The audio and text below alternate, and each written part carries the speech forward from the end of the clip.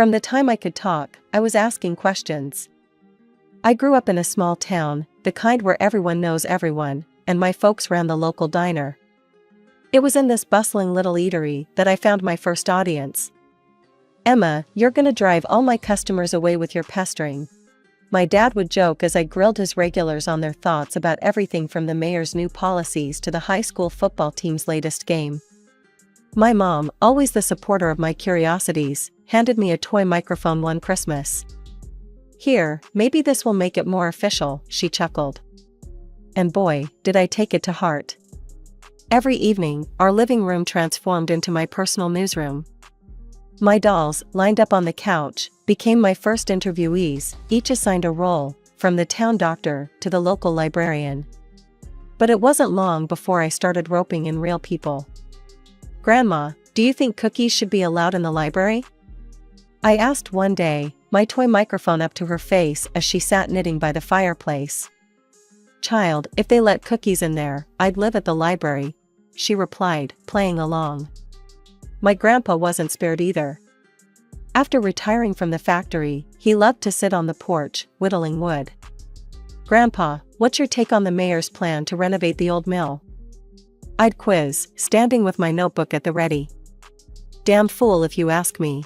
Throwing good money after bad," he'd grumble, not looking up from his carving.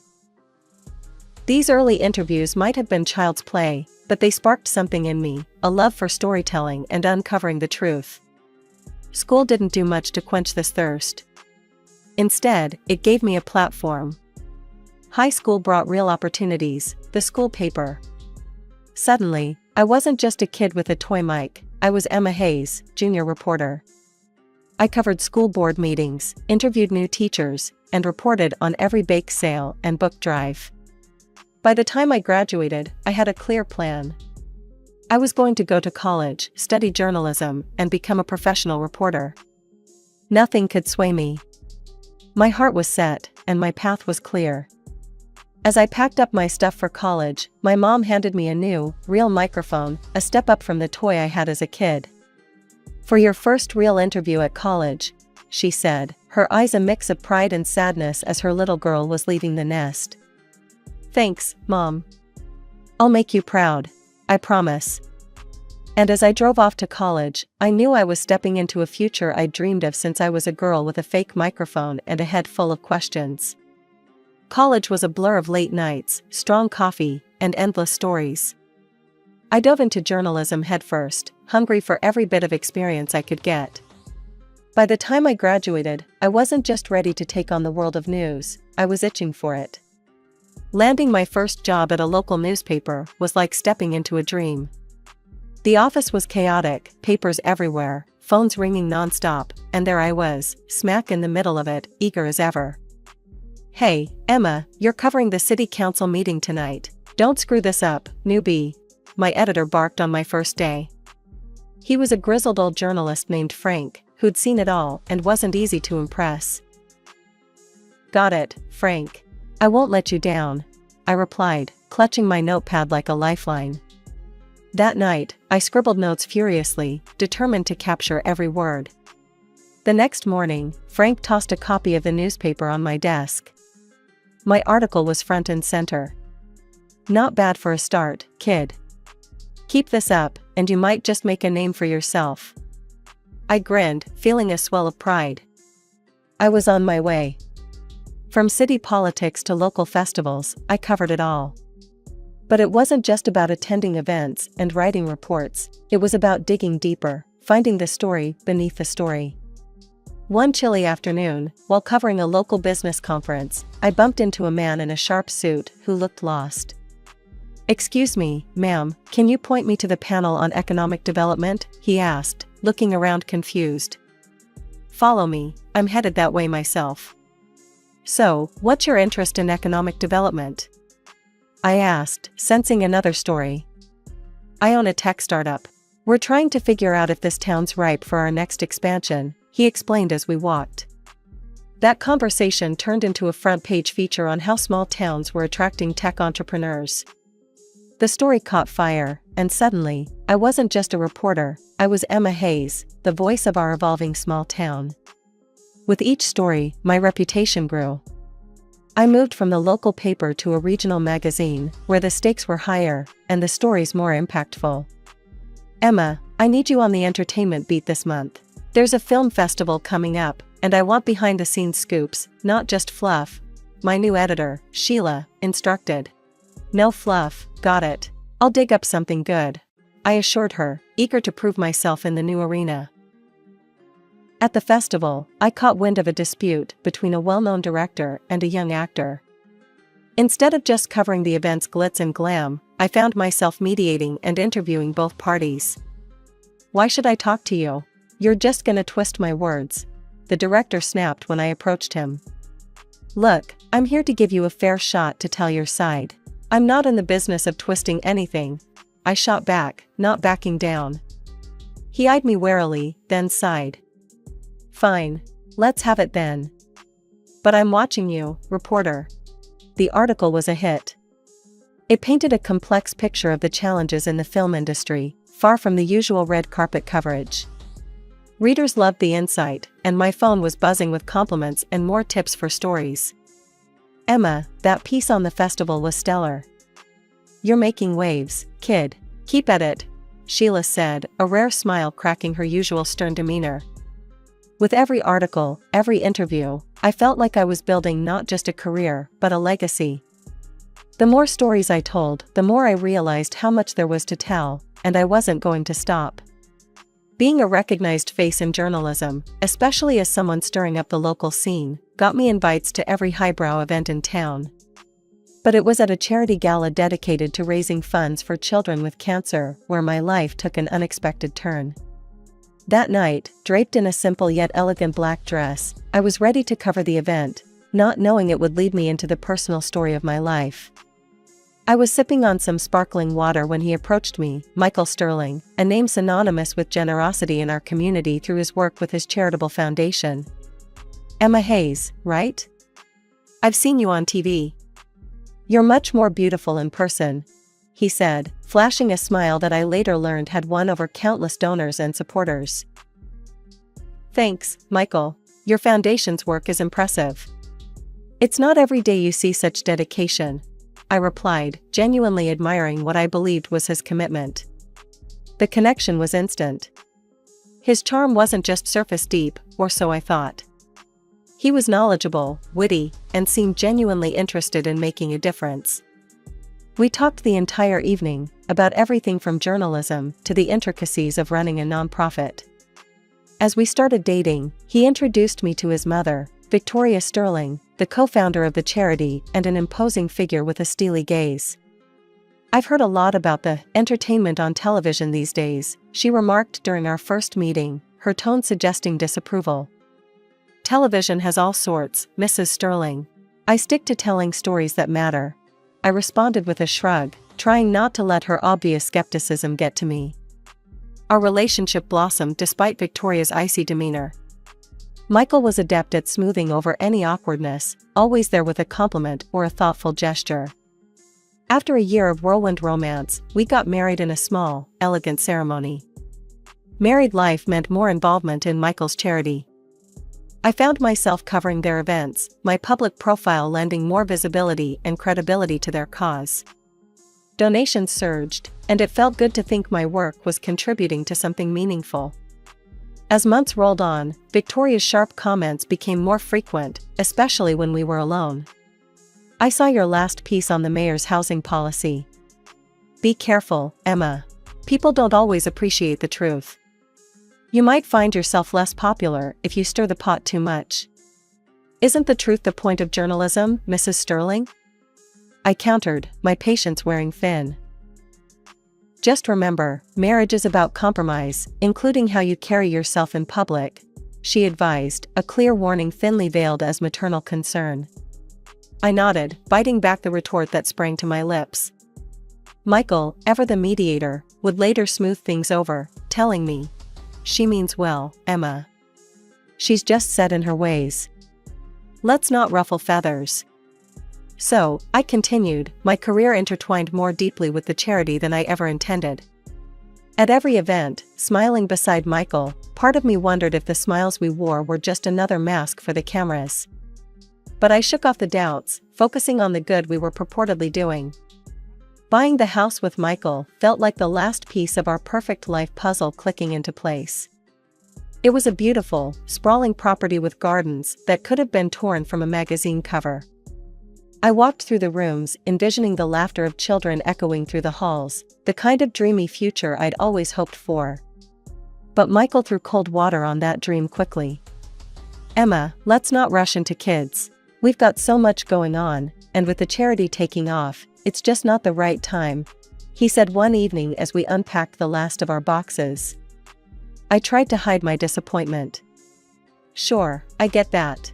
We can wait," I replied, tucking away my hopes like the linens I was storing in our new oak cupboard. As the days turned into months, the house felt less like a home and more like a beautiful stage set.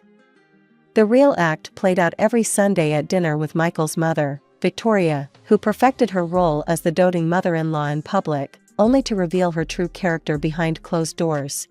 One such Sunday, as we sat around the lavish dining table laden with fine china and crystal, Victoria started in on me, her words sharp and precise. "Emma, darling, I saw your last interview. It's a wonder you managed to keep your job, laughing like that on air. You sounded like a nervous schoolgirl." Her words stung, and I felt Michael stiffen beside me. But instead of coming to my defense, he only nodded in agreement with his mother. "Mom's right, Emma. You need to be more polished. This isn't some college news show." I swallowed the lump forming in my throat, forcing a smile. "I'll work on it, Victoria. Thanks for the feedback," I managed to say, my voice steady despite the turmoil inside. As these dinners became a recurring play of subtle jabs and overt criticisms, I began to dread them. Every critique from Victoria was a needle to my confidence, and Michael's complacency only twisted it deeper. After one particularly harsh dinner where Victoria had criticized everything from my cooking to my conversational skills, I found myself sobbing in our pristine bathroom, the marble countertops cold under my hands. The next morning, my eyes puffy from tears, I faced Michael in the kitchen. "Does it really not bother you, what your mother says?" I asked, hoping for some sign of support. "Look, Emma, she's my mother. She means well. You need to toughen up. This industry, our social circles, they're brutal. If you can't handle her, how will you handle real adversaries?" he said, not meeting my eye. I was silenced by his words, the implication clear, I was on my own in this. As he left the room, the finality of our conversation hung heavy in the air. It was an ordinary Thursday morning when my mother-in-law showed up unannounced at our door, her face set in a determination that usually spelled trouble for me. "Emma, dear, we need to chat.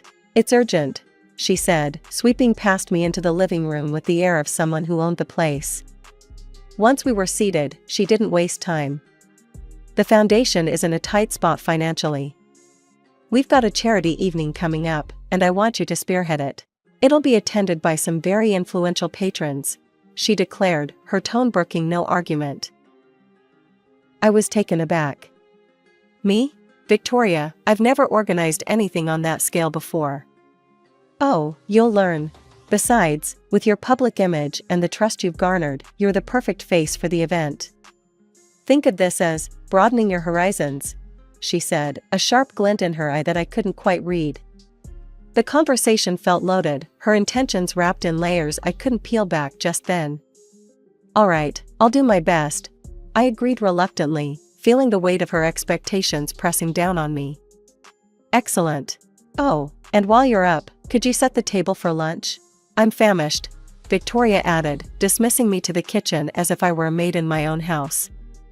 As I left to fetch the plates and cutlery, I realized I'd forgotten my phone on the coffee table. Just as I was about to go back for it, I heard their voices, Victoria and Michael, murmuring in the living room. Curiosity pinned me in place, just out of sight. She's so beloved by the public, it's the perfect setup. Once we get her to take over, we can execute the transfer, and then when everything collapses, it'll be Emma left holding the bag," Victoria explained with a cold laugh that chilled me to the bone. The plan was horrifyingly clear. They intended to use me as a scapegoat for whatever shady dealings they were embroiled in. A tightness gripped my chest, but I forced myself to walk away, to prepare lunch as if nothing had happened. At the table, I played the dutiful wife and daughter-in-law, smiling and nodding while my mind raced with the betrayal. The food tasted like ash in my mouth, but I kept my facade intact. That night, Michael was his usual, detached self, not once betraying the conversation I wasn't meant to hear. I lay beside him in bed, staring at the ceiling, the darkness around us a mirror to the bleakness settling in my heart. "What's on your mind, Emma? You've been quiet all evening," he finally asked, some semblance of concern threading his voice. "Just thinking about the charity event. It's a big responsibility, you know?" I said, keeping my voice neutral, hiding the storm inside. "You'll do great. You always do," he replied, and turned over. The conversation closed. But sleep eluded me. I got up, pacing the silent house, grappling with the enormity of their deceit. How could I, known for my integrity, become entangled in their web of lies? How deep did this betrayal run, and how could I protect myself? I woke up with a heavy heart but a determined mind. After Michael left for the office, I immediately called Lisa, my old college friend who had become a sharp-witted lawyer. "Lisa, it's Emma. I need to talk, something serious," I said as soon as she picked up. "What's going on, Em? You sound stressed." Lisa's voice was full of concern. "It's Michael and his mother. I overheard them planning to use me as a scapegoat for embezzling funds from their charity," I confessed, my voice barely above a whisper. "Emma, that's serious. But without hard evidence, accusing them could backfire on you," she cautioned. "I know, and with the charity event coming up, I barely have time to breathe, let alone play detective. Let me help. I know someone experienced with charity events. He can take over the planning, which will free you up to gather evidence," Lisa offered. "That would be a lifesaver," I sighed in relief, grateful for her swift support. "Don't worry, I'll handle the event side. You focus on digging up what you can," she assured before hanging up. With the event in capable hands, I turned my attention to gathering evidence. I knew Michael's office was at the charity's headquarters, but he often worked from his home office, where he kept a duplicate of all his work files. Lucky for me, I knew his password. It was our anniversary date. Once inside his office, the search was meticulous. His computer was a goldmine. I found financial statements and email correspondences that confirmed the misuse of funds, and even references to fake charity cases. It was all there, black on white. I copied everything onto a USB stick. But I needed more than documents. I needed their own words against them. Remembering a small voice-activated recorder I had tucked away in a drawer, I decided it was time to use it. I placed it discreetly in the living room, hoping to catch any incriminating conversations. Over the next few days, while I was supposedly busy with event preparations, the recorder picked up more than I could have hoped for. Michael and Victoria didn't hold back, secure in their deception. One particular conversation chilled me to the bone. "I can't stand these events, pretending to care about these sick kids." Michael's voice dripped with disdain. "It's all for a good cause, the cause of filling our accounts." Victoria's cruel laughter followed. Their words, cold and clear, were the final nails in the coffin. They weren't just using the charity for money, they were utterly heartless. The night before the charity evening, Victoria came over to check on the preparations. "I hope everything is ready for tomorrow, Emma. Don't embarrass us," she warned, eyeing me like a hawk. "Everything's set. The guests will love what we've planned," I assured her with a calm I didn't feel. Her gaze lingered on me a moment longer, before she nodded stiffly and left. Sleep was elusive as I played over the possible outcomes of tomorrow's revelations. By morning, a resolute calm had settled over me. Today would be the end of one chapter and, hopefully, the start of something cleaner, something honest. The grand ballroom was abuzz with the chatter of well-dressed guests, their eyes wide with admiration for the lavish decor and the noble cause they were gathered to support. As I watched from the wings, my stomach churned with nerves and determination. This evening would change everything. Victoria took the stage first, her voice resonant as she addressed the crowd. "Tonight, we celebrate the incredible progress we've made for these precious children," she said, gesturing to the large screen displaying the smiling faces of young beneficiaries. The room filled with applause, some guests wiping away tears at the touching display. Michael followed, his charm dialed up as he spoke passionately about the need for more funds. "Let's not just meet our goals, let's double them, for the sake of these children who rely on us," he implored, as the account details flashed on the screen. Text messages pinged around the room as guests received the donation instructions. Then it was my turn. My heart pounded as I took the stage, the microphone slightly trembling in my hand.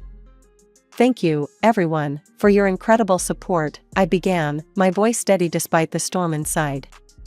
"Before you proceed with your generous donations, I ask for just a few more minutes of your attention." I nodded to the technician offstage. As the first recording played through the speakers, a hush fell over the crowd. Michael's voice filled the room, cold and calculating, as he discussed using me as a scapegoat for stealing from the charity. A murmur of disbelief spread through the hall, growing louder as more recordings revealed the true nature of their so-called charity work. Victoria's laughter after discussing how they exploited the sick children sent a shiver through the audience. Then, with a click, the damning financial reports appeared on the screen, detailing years of embezzlement and deception. The room erupted. Angry voices clashed with cries of betrayal. "How could they?" someone shouted from the back. Michael, his face pale as paper, tried to slink away, but the police, already waiting in the wings on my cue, moved swiftly to detain him. Victoria, meanwhile, stood frozen, her eyes locked on mine, burning with fury. "This is why I hated you from the start," she hissed at me across the noise, her veneer of sophistication shattered. The guests were now demanding refunds, their previous admiration turning to scorn as they confronted my in-laws. The live broadcast on my social page was lighting up with comments, the viewership numbers skyrocketing as word of the scandal spread. My divorce from Michael was as clinical as it was quick, thanks to Lisa's relentless advocacy on my behalf.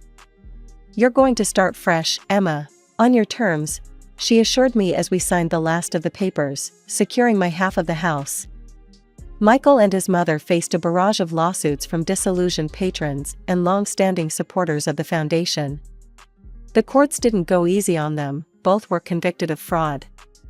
They ended up having to sell everything they owned to cover the settlements, but even that wasn't enough. They were left drowning in debts, a stark end to their fabricated empire of benevolence. In the aftermath, I threw myself into my work with renewed vigor. Armed with the truth, I conducted a deep-dive journalistic investigation into the dark underbelly of nonprofit organizations. My findings were eye-opening and sparked widespread debate, highlighting the vulnerabilities in charity operations. The report was broadcast on major networks, drawing attention and accolades from all corners of journalism. Inspired by the overwhelming response, I penned a book titled Living with a Monster. It detailed my personal ordeal and broader issues of trust and corruption in philanthropy. The book struck a chord with readers worldwide, quickly climbing the bestseller lists. One evening, as I sat in my new cozy apartment nestled in a friendly neighborhood, I reflected on my journey. The walls, lined with awards and tokens from my travels, seemed to echo back a life story of triumph and trials. My phone rang, pulling me from my thoughts. "Emma, it's Lisa. I just finished your book. It's incredible. You've turned your pain into something profoundly impactful." Lisa's voice was thick with emotion. "Thanks, Lisa. It was hard reliving it all, but if my story can change one person's perspective or prevent this from happening to someone else, it was worth every word," I replied, feeling a sense of peace. Beyond the acclaim and the success, I found a deeper purpose. I donated a significant portion of my royalties to a new charitable foundation, one I thoroughly vetted and believed in. This foundation was everything the sterling sham had pretended to be: transparent, compassionate, and genuinely dedicated to helping children. As I planned my schedule around upcoming investigations and speaking engagements, I often paused at my window, looking out over the bustling street below. Life buzzed in its usual, unpredictable rhythm, and I felt in sync with it, more than ever. "Here's to new beginnings," I whispered to myself, a smile playing on my lips. The future was unwritten, and for the first time in a long time, that excited me. With each passing day, I was more certain of my path, not just as a journalist but as a voice for those who couldn't speak up against the injustice shadowing the vulnerable corners of our society.